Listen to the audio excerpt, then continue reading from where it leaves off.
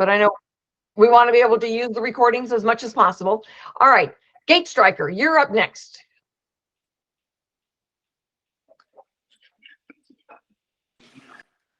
Hi, everyone.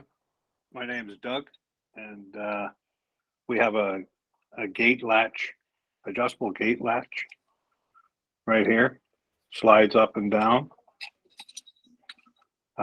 Once it's fastened onto the gate, you only need one tool to half-inch wrench or a pair of pliers to adjust it. We have a slot here that it slides up and down, and then on the bolt,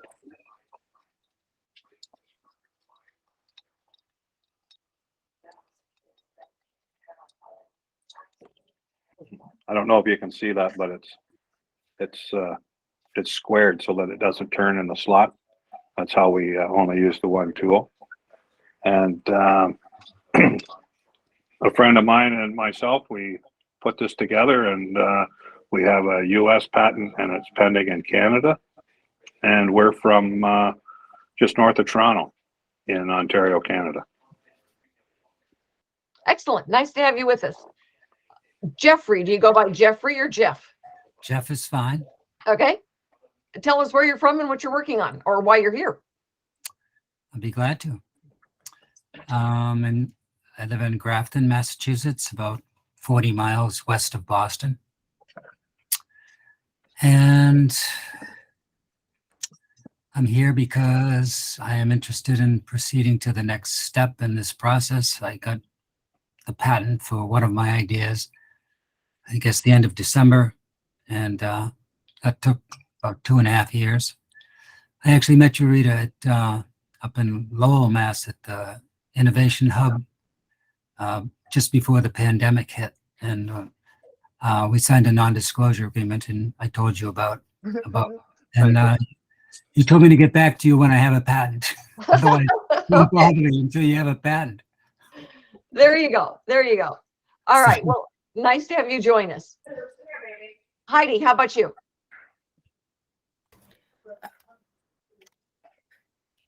Hi, I'm Heidi. I'm from Florida. It's 88 degrees today, so it's kind of different than the rest of you guys. I've got a lot of products that are somewhere in the process, but nothing fully developed, ready to sell. I just really love, hearing from inventors and just getting that motivation to kind of keep going, to see how everybody else kind of finds their motivation and how they're doing. Excellent. Well, thank you for joining with us. George. Can you hear me okay?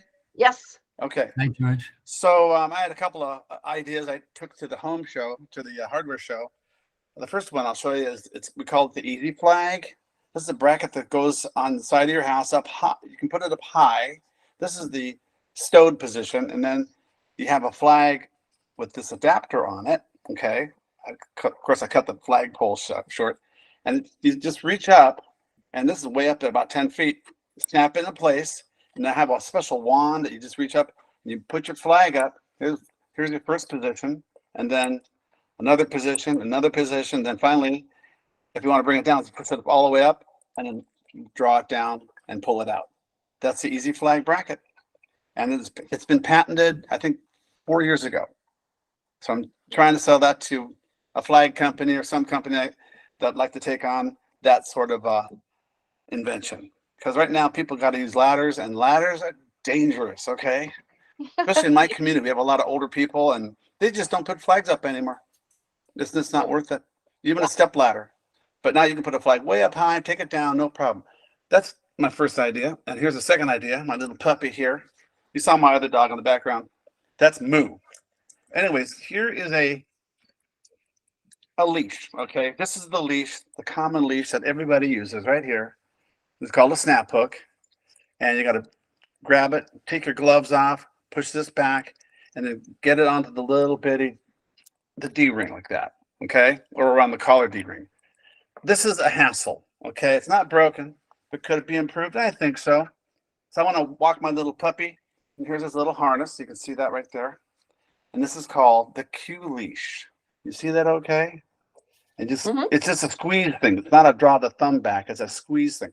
I can go like that, I'm on. And here's the best part. I can put a marmot glove on and still actuate this thing, and it comes off just like that.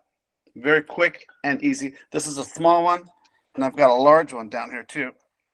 Or if I did, where'd it go? My dog ran off with it.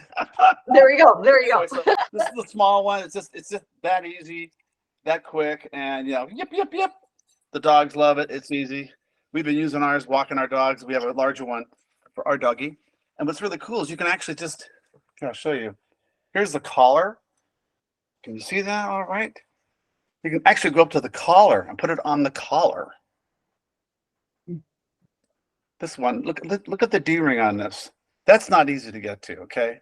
And there's tags and stuff on the D-ring, which get in the way. So that's the whole idea. It's called simple and convenient and easy. If you got arthritis in your thumbs, oh, that can hurt. What's the Excellent. other one? Anyway, and I'm from Mesa, Arizona, where it was 75 degrees today. Wonderful. All the storms go through California and dump there, and they come out here. It's all dry and nice. So we're not complaining at all. It's nice. All right. All right. Todd, it's good to see you. Tell us what you've got. Let's see. Can you hear me?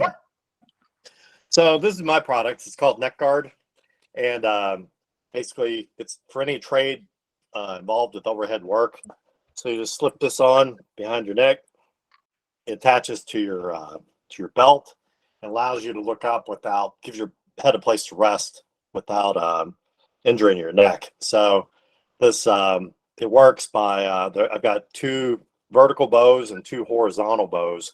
So as you lean into this, the vertical bow's been downward and the horizontal bow's been inward to help dissipate the force load from the head on the neck. So just got the patent like 3 weeks ago, and trying to get trying to move. I've got 2 versions available. One I licensed with Rita for the contractors, and then I've got another version. It's these exotic materials that are it's going to be arc rated. So if they touch a power line, everything just turns to ash and chars. It doesn't burn, drip, or melt. And so that's where we are. I apologize for the mess. We're living in a construction zone upstairs with this bathroom. So anyway, that's okay. You're good. Yeah. So Jeff, you're up. You're muted. Turn yourself on. At the bottom of your screen, over to the left, is a There little we go. microphone. There you Yeah, There you go. I missed it. Yeah. So anyway, my name is Gerhard. I too was at the National Hardware Show with Rita. I have a product a little bit big to handle in front of the screen, but it's basically it's a multi-use squeegee, and we call it Squeegee, and it's great for snow, water, dirt, and leaves and pine needles on your grass. It's designed to get probably 3, 4, 5 inches of light powdery snow.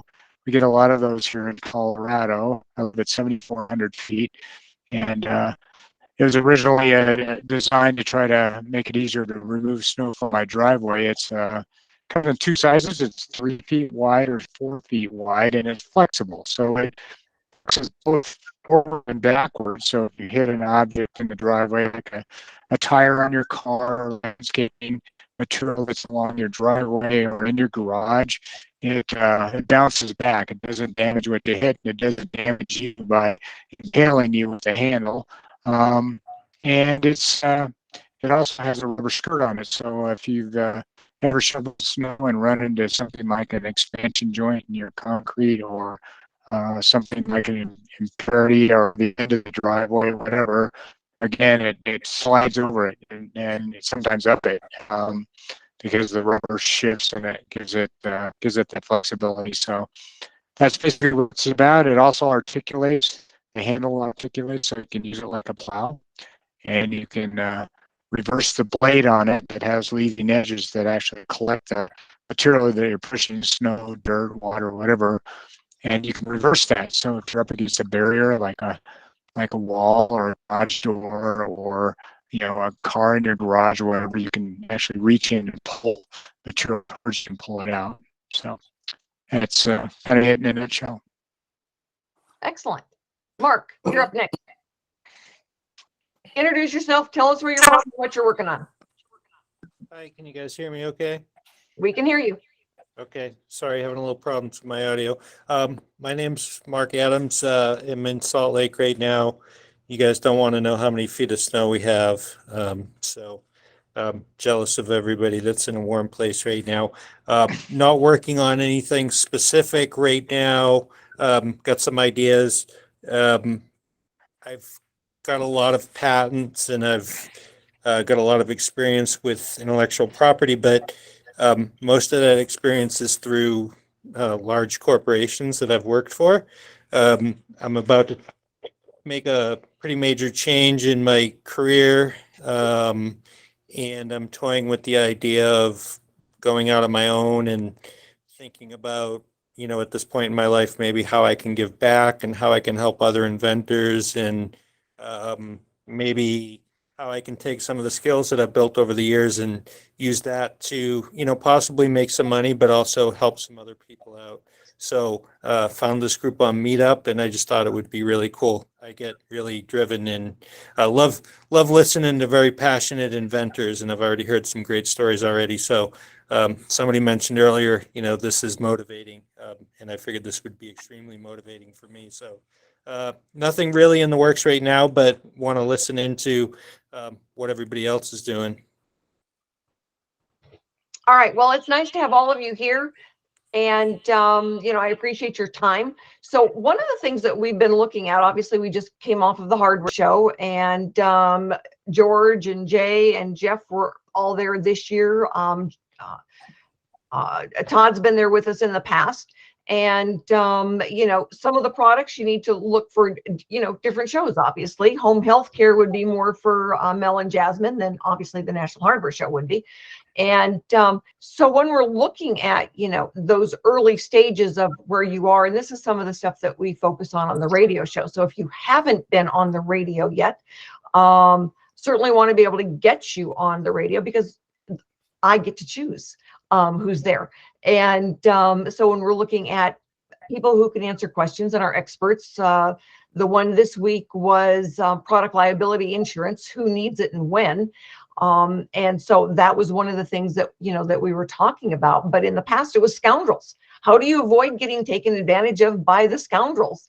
Next week, it's the difference between marketing and market research. Well, you tend to do market research on the front end of things to decide, is your product really needed? You all have different experiences with market research. Jasmine, yours is very personal in market research. And, Jacob, when you've got, how many kids do you have? 8, 10? Just 10. Just 10. And you're doing a baby stroller. I count that as kind of personal. And so, your experiences when we're looking at the market research is very different. I had a lady on that I spoke with, and I had questions about her product. I wasn't really sure that it was a good to go product. I'd seen similar types of products, and I'll tell inventors up front. It's like, if I've seen that product and there were problems with it, we might make suggestions, but one of the things I suggest is doing some of your own market research. So hers had to do with dentistry, toothpaste, toothbrushes, and I said, go to your dentist. All right, go to your friends and neighbors, but go to your dentist and other professionals in the field and ask them their opinion.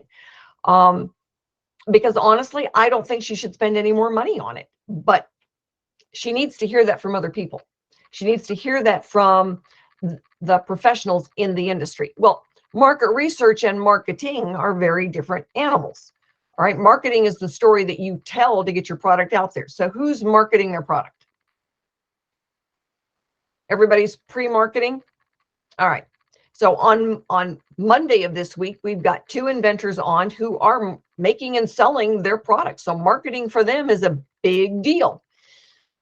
Now it's a story they tell. They've already done their market research. And I think the point that we're trying to make is that you do market research before you spend a ton of money on something. And a Kickstarter campaign does not count. Hiring a market research firm, they're going to tell you what you want to hear and charge you a whole bunch of money for it, and they've got no skin in the game. They don't really count. So one of the things we talk about is what can you do to get the feedback you need? But that's just one of the topics that we, talk about on the radio show.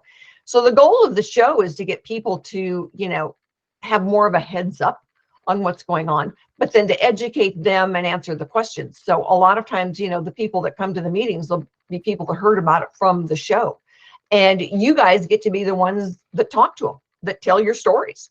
And that's why we do the introduction. And, next month when we have the meeting, I want to hear, what have you done since we talked tonight? And, over the years, I mean, we've been doing Inventor RoundTable meetings for 15 years. One of the things that we found was the great motivator was going to the next meeting. It's like, oh my God, she's going to ask me what I've done. And so being able to say, okay, I did this market research, or I got, my next view of a prototype done, or I did my next videos or set of pictures. It's a good motivator because somebody's listening, and that's what we do. So questions, you guys have questions. I know several of you are looking at licensing. Mel and Jasmine are wanting to license the powder. Jay is wanting to license the finger level. George, the flag holder and the dog leash. And Todd, the neck guard. Jeff, the shovel. And Jacob, you're going after manufacturing, right? Kind of both right now, depending on which one turns out. Yeah. And the Gate Striker guys, we're looking at licensing their product now. They sent me the samples.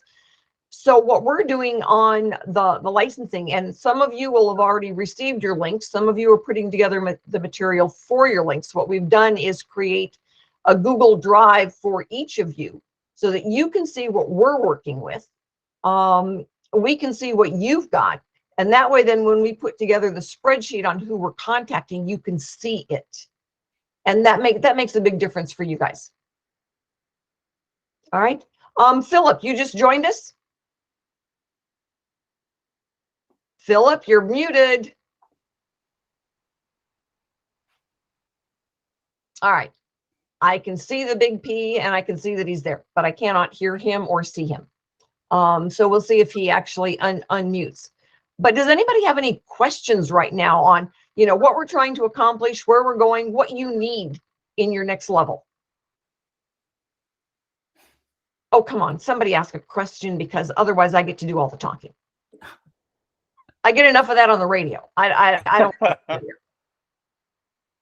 All right. Well, Rita, well, I was just wondering, having gone to the show and seeing all these potential buyers, clients, and they took pictures of our badges, and they see our products on your website and all that. Have any of them contacted you with serious interest in any one of our ideas? And have you been able to license through them?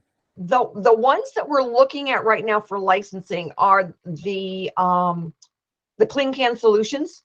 All right. He won the Retailer's Choice Award, and we've had some interest from a couple of different companies on licensing that, but he's been selling the product because he had a huge inventory. Okay. So he got several orders right after the show, and he's looking now at he's actually filling those orders. Not every inventor's got the capacity to manufacture, but it certainly does make it easier when you start filling orders. There were a couple of the guys that were there at the show. Warner Tools was there, and he was very interested in Clean Can and in Dairy's products for the caulking gun products. So okay. Those are the ones that right now that we're working on. I know that Kat is putting together your file, George. Okay. To start working with you and Todd. All right. She and I talked about you after you and I had conversations this morning, so she's working on that one. Jeff, I wasn't sure if I'd sent you the link to your Google Drive file yet. Have you received it? I haven't looked yet. All right, different Jeff. Jeff Gerhardt. Sorry. That's okay. I have to learn to watch that. So Jeff, if you haven't received your link yet, you'll get it tomorrow. All right, so then just watch for it, confirm that you've got it. What we want to do with these links is make sure that we're all working from and dealing with the same documents. One of the things that we ran into with the hardware show is I would go into the files and look, and somebody would say, video, latest version, video, latest version. And I would have 4 that said video, latest version. It's like, if you don't put a date on it, I don't know which latest version is actually the latest version. So we've had to load the latest versions to all the Google Drives and say, okay, is this really the one? It's like, no, that's not the latest version. It's like, okay, now that you have access to your own drive, please load your latest version of the video so that we're actually all seeing and working from the same thing. Because we want to be able to send those links The to bag with the slip clip on it. What's I'm that? gonna show them that. Just for the side of it? Yeah. Oh, all right, George. I didn't know you were talking to Sheila. Okay. So I need one of those Google Drive links. I've just got the links for the meeting. all right, and letting me know that, because I had created the file for you today, and I will resend the link to you tomorrow. Okay. Yeah, All right. whenever. Yeah, that's fine. So, Todd, you've had some interesting experiences the last year. Patent is issued. Yeah. All right. But you've had some interesting experience lately with the investor angle. Yeah. Why don't you share with everybody your story? Well, I had a guy that we were actually, I was helping a friend of mine remodel a house. We were working on the floors, and this guy, we got to talking, the homeowner, and he manages like 11 different power companies, 11 different states. And I said, oh, well, why don't you take a look at this? I've developed a product for contractors that do overhead work, but PP&G, Pacific Gas and Electric, approached me at an ergonomics trade show, and they said, we really like this product. If you can develop an arc-rated flame retardant version of this, we'd be very interested. That's non-conductive. So that's what I was working on. That's what I've created. And so, anyway, he's like, what do you need? I mean, he tried it on, and his eyes were dancing, but he had a poker face. He was trying to play it cool. So I knew he was interested, but so he said, what do you need? Cash? Do you need me to buy out your investors? Do you need sales? What do you need? Like capital? And I said, yeah, I need it all. And so he's like, well, I'm definitely interested. Want you to run the company. I just want to be a part of it so that when we sell it, we can all do well. And I'm like, great. So now that now we've talked to some power companies and they're showing interest, he was saying, well, I don't know if I want just a minor part. I want 51%. And I'm like, I'm not going to do it. I've been down that road before and lost my ass, excuse my French, but it took me 10 years to recover. And I said, I'm not doing it. I want to make my partners whole. They kind of lost they didn't have the stomach for the entrepreneurship. So I'm kind of treating them like angel investors. I want to make them whole. And I'd like to give them a royalty for every piece that, we make from once we get the deal.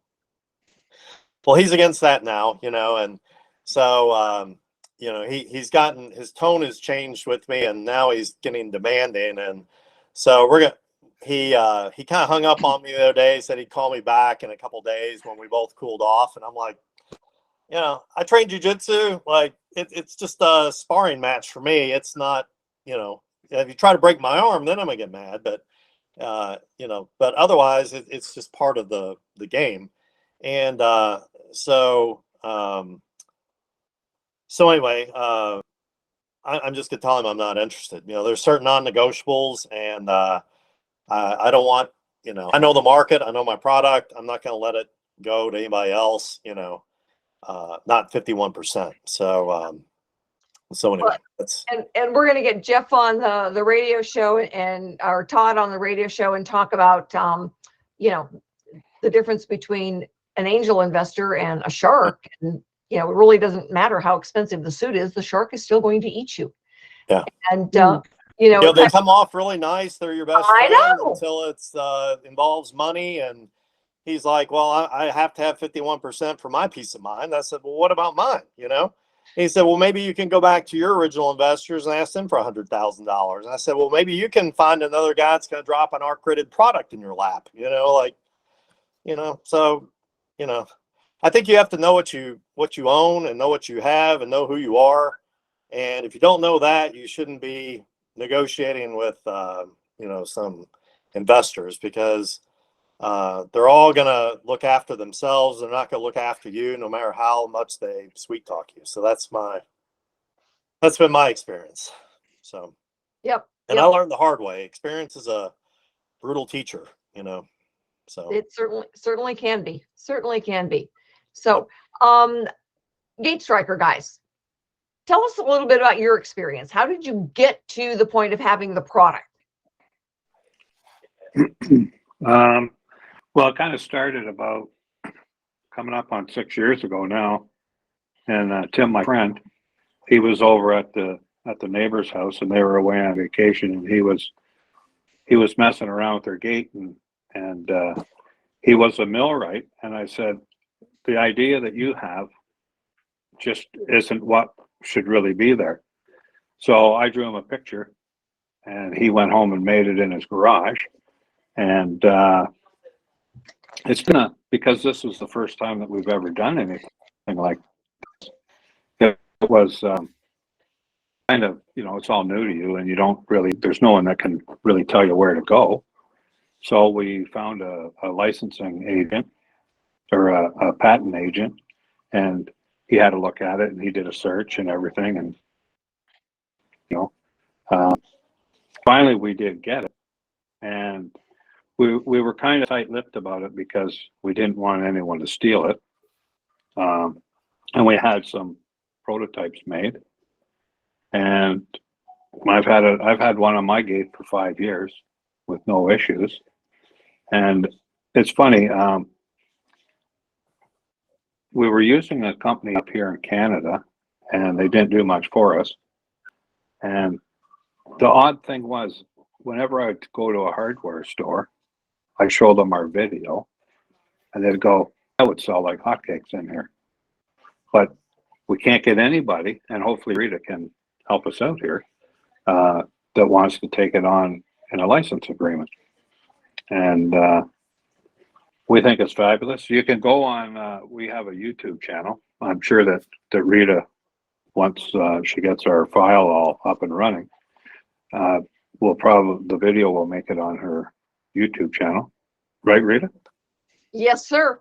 I'd like to Absolutely. see the product, because I've got a gate latch now. It doesn't work. We had a tree fall on our gate, and it's just the old fashioned, the thumb thing. And Yep. so, Well, so it doesn't, like, we live in Canada, so we have frosty, right? But it doesn't. I was in Florida, and 2 separate Home Depots, and the guys in the hardware department said, "Oh, I could use that here," because there's still a soil shift, right? And your gate will move a little bit this way and that way, and you're always messing around. So I'm on my phone. I don't know if you can see this. So it goes on with 4 screws, right? And then this is the striker bolt, and it has a shoulder on it, and it slides in here. Once it's on, and you go to adjust it with a 1/2-inch wrench or a pair of vice grips or pliers or whatever, you just slide this up and down. And I mentioned I just sent an email to Rita last night that if you happen to be a snowbird and you lived in Minnesota or something, and you went away for the winter, you could leave the nut loose, so your gate would stay locked, right? But this would float with the frost. And when you came home, your gate's not bent, and your hinge isn't, your latch isn't busted off or something, right? interesting. So that's what we came up with, and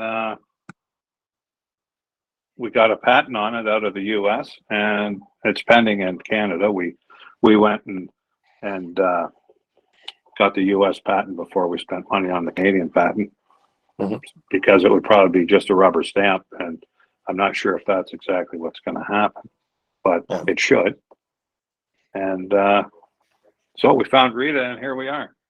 So here we are. So, Jay, how did you come up with the finger level?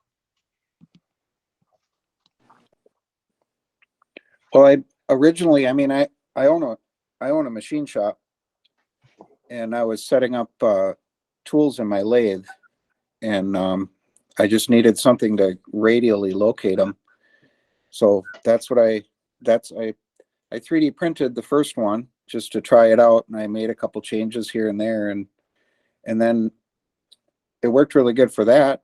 And so I had it and ended up using it on a bunch of other stuff and little construction projects, and even just putting a piece of material in the vise in the mill or something like that. And so I thought this thing's pretty useful. And then I made the other frame for it. That kind of came afterwards, this part of it. So, yeah, it just kind of came out of necessity, out of needing something to set up a tool in my lathe, and went from there. Excellent. So Abby, tell us a little bit more about what you guys have been working on and why. Sure. Again, for us, it was the, necessity is the mother of invention, right? We were up at a client's location in Canada, actually, and we had spec'd for the wastewater treatment system for this salmon processing plant, a standard design using DAF, which is dissolved air flotation. It turned out that some of the parameters that were put in place in terms of restrictions on the effluent and the sludge or the solids coming off the DAF were that it be organic and be able to be used in organic composting. Well, some of the chemical treatment that is available for DAF that makes DAF work actually has a chemical constituent called a polyacrylamide, and that would certainly not meet those organic standards. So we had to do an about face, find something else that would work on their wastewater, and we put our, sort of just dug way deep back into some of our experience, and Alan tried out using the principles of foam fractionation along with the chemical treatment, and hence we married two very diverse styles of industrial wastewater treatment together, and were able to treat their wastewater effectively, and in fact surpass a lot of the capability of DAF, which is the other standard that's been out there for many, many years for food processing and other industry for industrial wastewater treatment. So we're really excited. There's a huge need down in the coastal cities, for instance, in Oregon. The permits are getting very, very tight, very limiting in terms of pollutants that they can discharge to the waters of the US. And so they're looking at really strict limits, and our system looks very, very promising. We are about to embark on a summer of, spring and summer when the fishing season starts, doing pilot testing and R&D. So we'll be developing, more data as we go this year, and that will build the data backup for our percent reductions that we can achieve with our system. Okay, so then you filed a patent on the process? Yes, it's a process patent. Okay, and so where it has issued? Yes. Okay, and so then you are looking at selling the patent, or is it a hard tool that is being used that you're manufacturing, or you're looking at licensing? We no manufacturing capability. We would have to find someone who would be able to manufacture the system basically, and with our mentoring and with our input, we would work at helping them design a full-scale system, and they would do the manufacturing. So ultimately we would want to license it. Okay, and so then when you're the user would be who would be the user of the technology? Well, first and foremost, it'll be all the seafood processors in the state of Oregon and likely Washington. We've had interest in Alaska too. Outside of that, where we're looking at perhaps breweries, meat and poultry. we've been doing some testing here and there on benchtop from their wastewater. Okay. So very good. Well, and you've done things right. You filed on the utility patent. Process or methods are considered utility patents. So you've done that. And then you're out there in the world using it. So those are all really good benchmarks. Proving the technology in the marketplace is a really good one. Absolutely. Yeah, Jasmine has shown the medical community her product. They can't wait to have it for their patients. She's shown other patients. Tell us a little bit, Jasmine, about some of the market research that you have done. Yeah, so I've basically sent it out to some people I know within the health community. One of the most exciting ones, so I put a TikTok and talking about it, and the response has been huge. There's been so many nurses who've talked about how, like, oh gosh, we need this in hospitals. When I was in the hospital, nurses and doctors were like, oh my gosh, we need this too. But the most exciting one, I think, was, so it was a 12-year-old boy. His mom told me that he is just suffering so much because he has vomiting disorder. And so when he has these episodes, stuff just leaks out of his G-tube, it tears up his skin, it's really hurting his confidence. Because everyone remembers what it's like to be 12. You add that in there, and it's just his skin is so red and miserable. And so I sent her a sample, and she had told him about this. Like, she showed him my video, and he actually got really mad at her because he's like, why are you showing me something if I can't have it yet because it's not on the market? And so she told me she's all excited to show him, like, to surprise him with it. And the first day she sent me a message, she's like, what is this sorcery? Like, this is helping so much in just one day. And she got back to me that his skin is clear now. It's no longer red and irritated, and it's just keeping it dry is keeping his skin safe and healthy, and he no longer has a chemical burn on his body. And so we've had pretty much everyone who's had that issue. There's also the issue of something called granulation tissue, which is this like horrible bleeding mess that can happen from the friction. Another one of us told us that she no longer has granulation tissue forming because there's no longer that friction from the rubbing. And just personally, I've been using this. I've probably used 100 bottles of it now in 2 years. I put it on myself every single day. Yeah, so we've just had people trying it out and loving it, and people being like, we need this, because there is another stoma powder that's made for like colostomy bags, but it burns when you put it on. It burns the skin and it clumps and it sticks to your skin. So there's just no good solution out there. And then the ostomy, the Feeding Tube Foundation actually told me that they get calls pretty much every day from mothers of small children being like, how do we help their skin? They're like put some creams on it, but that's it. There's no answers. So yeah. So we've got Jasmine and Mel putting together some of the information we need to be able to go out and work with different potential medical agencies to license this. I should read it real fast, your opinion or others' opinion. When we did the provisional patent, that was our first step, we didn't want to go like tell everybody about it, but theoretically they should work on other things as well, up into including bed sores. Bed sores are, there's millions of people out there that suffer from bed sores. Theoretically, it should be the same thing. So we included that in our sort of provisional patent. That's why it took extra time to sort of get it done. Mm-hmm. What's the process between now and when you get after 1 year, you have to get a final patent? Do we need to get this squared away before that? Yay! Somebody asked me a freaking question. All right. So you filed the provisional, but you have not filed the non-provisional yet.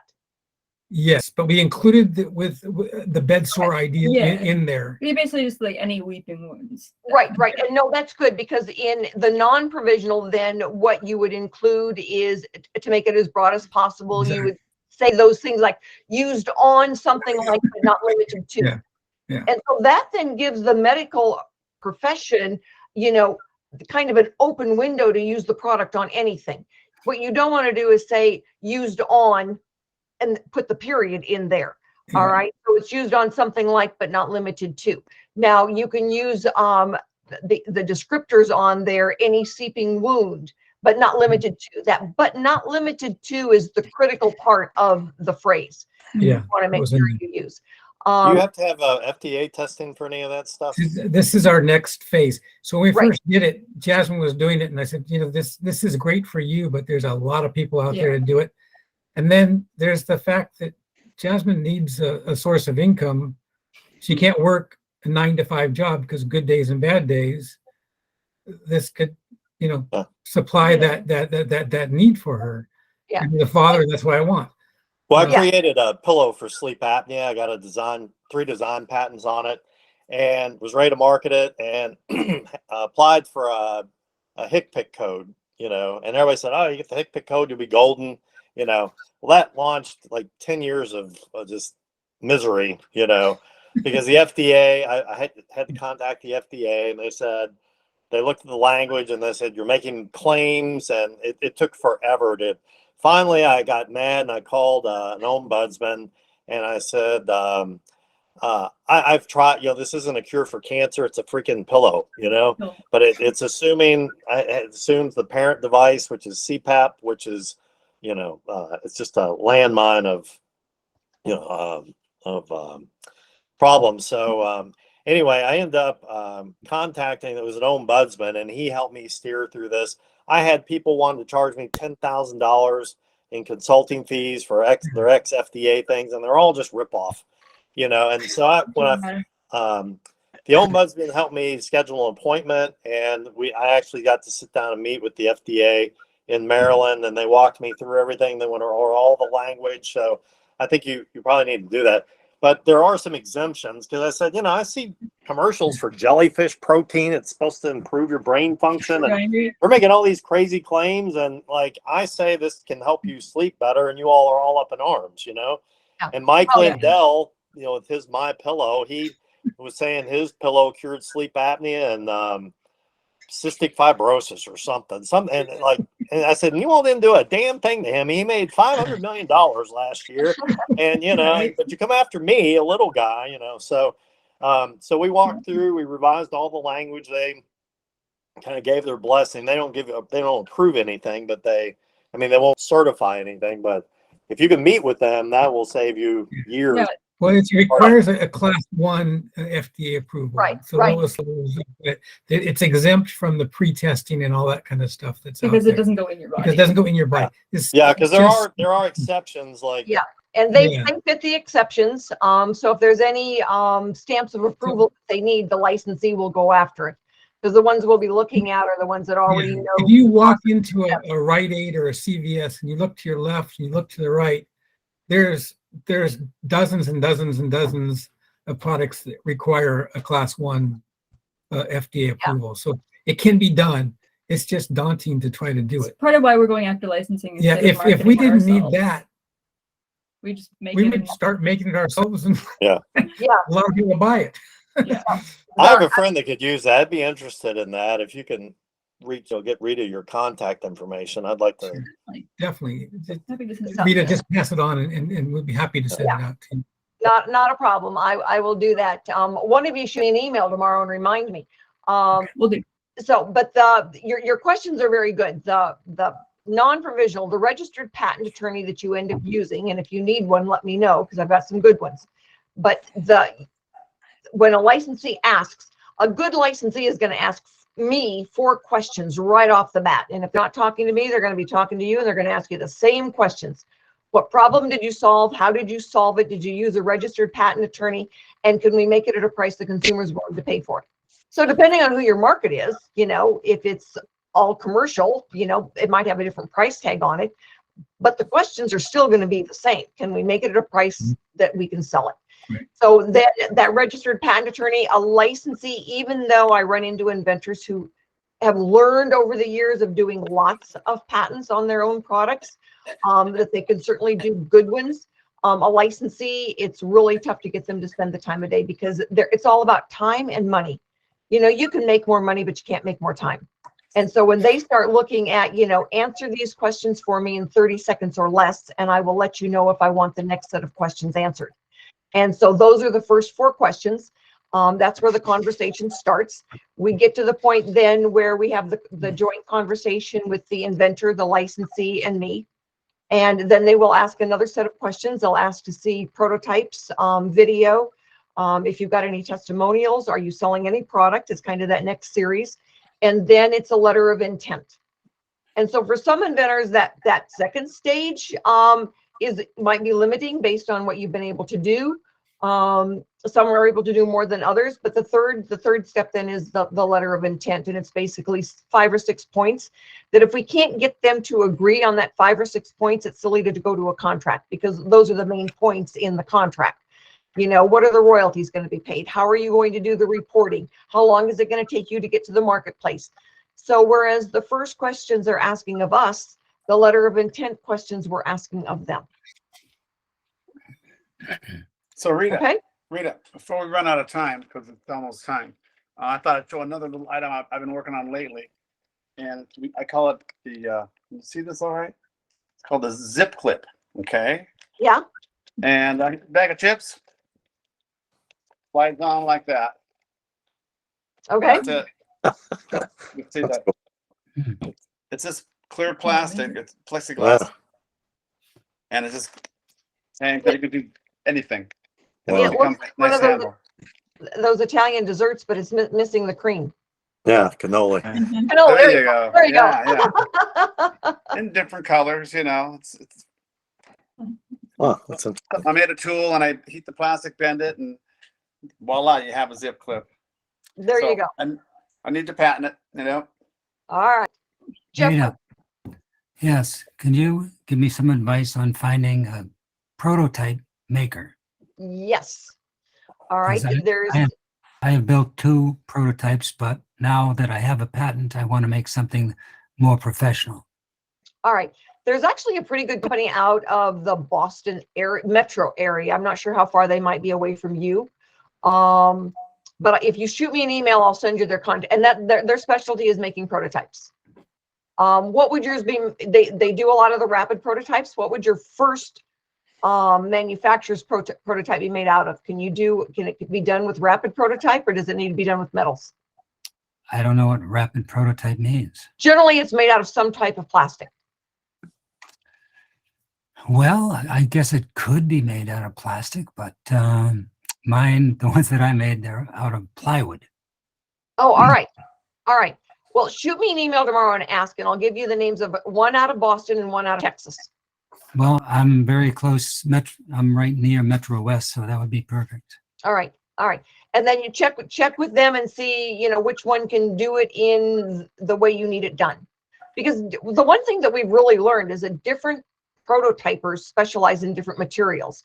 So, one that you think might work and says that's really not our sweet spot, you need to go to another one. And sometimes, you just have to ask. Thank you. All right. So Just then If if you shoot me the email, then I can kind of help you set some conversation, and I'll send you, the one out of the Boston area and then another one out of, I think they're out of Texas. Okay. Jeff, what was your product? What is it that you need made? It's the problem that I was trying to solve, and I think I have, is to store a lot of tools, garden tools, any type of hand tools, hammers, saws, shovels, picks, pry bars, all the things that, because I own a 200-foot long barn, and I've been working on it for many years, so I've accumulated, machetes and used everything. So it would take up a large area of wall space, like 20 feet, hanging up all those tools at the end of the work summer when I usually build things. So I wanted to make a device that would store all the tools that I have in a very small footprint. And I did it. Okay. All right. Yeah, I mean, it doesn't sound like It sounds like you need that made like blow molded or some sort of, I guess I don't know. I was just wondering Large Yeah. scale tool. Yeah. I was wondering if I could help you, but I don't think I can. Most of the stuff I do are, you know, smaller metal parts. Yeah. And if you need something small, I do a lot of designing. I work for Boeing designing, and for instance, this is a phone holder. I made about 150 of these. Okay, I've got 2 3D printers, and I'm always designing something, and the printers are making them, and it's a lot of fun. So, but I remember seeing your early design photos. You do. You showed me. I do remember now that you described it. And so you were looking at almost either like a very large, what I think of is where they're hanging the rugs, like in Home Depot, where Exactly. where you've got them all hung right up next to each other. But you're right. It was a lot of. That's where I got the idea. Is shopping for carpets with my wife, and I was stunned by all of them hanging down in the surface area on both sides of the rug in such a small space. Yeah. See, I was paying attention. Wow, you have an excellent memory. Because I could fit that whole 28 to 30 feet of tools in a very small corner area. Yeah. Yeah. Like, I remember seeing your early prototypes. It was very impressive. It's hanging panels. Like say you take some like pocket door hardware and you attach it to the ceiling and you just hung a 4 feet wide, 7 feet long sheet of plywood from that one. Then you went over 6 inches, but that's the longest one, and that goes straight into the corner. But as you come out, the panels get less wide because you're coming out at an angle. So if you start with the 4 feet, the next one would be like 3'2", and so forth, down to like 10 inches at the last one. And it's a mirror image to the left and to the right of the center panel. And so it's like 6 sheets. And if you add up the surface area of all those sheets, which only are about this wide, because you need about 6 inches in between the panels, so the tools don't hit each other, it stores all of them. And the panels are hanging down. You just can, and there's doors on the front. The door is shut. When the door is shut, you still have those 2 surface areas for the more tools, but you can't see any of the tools at all. It's neat. It's clean. And then you just open the doors, you grab onto the door panel, and you pull it straight out, all the way out. And then you access the tools on either side quickly and easily. And which one, you slide it back in, close the doors. That's a good idea. I like it. Solved. Yep. All right. Shoot me an email tomorrow. We'll get started on that. So figuring out, you know, where you can go and the best resource then to get your prototype done. So any more questions, comments, concerns for tonight? I'm good. All right, guys. I hope I see all of you next month, and I want to hear then your question will be, what have you done since we talked the last month? Oh, no. It's a great motivator. Yes, it is. All right, guys. Thanks so much. This recording will be made available. Thanks. Bye-bye. Meeting all of you. You.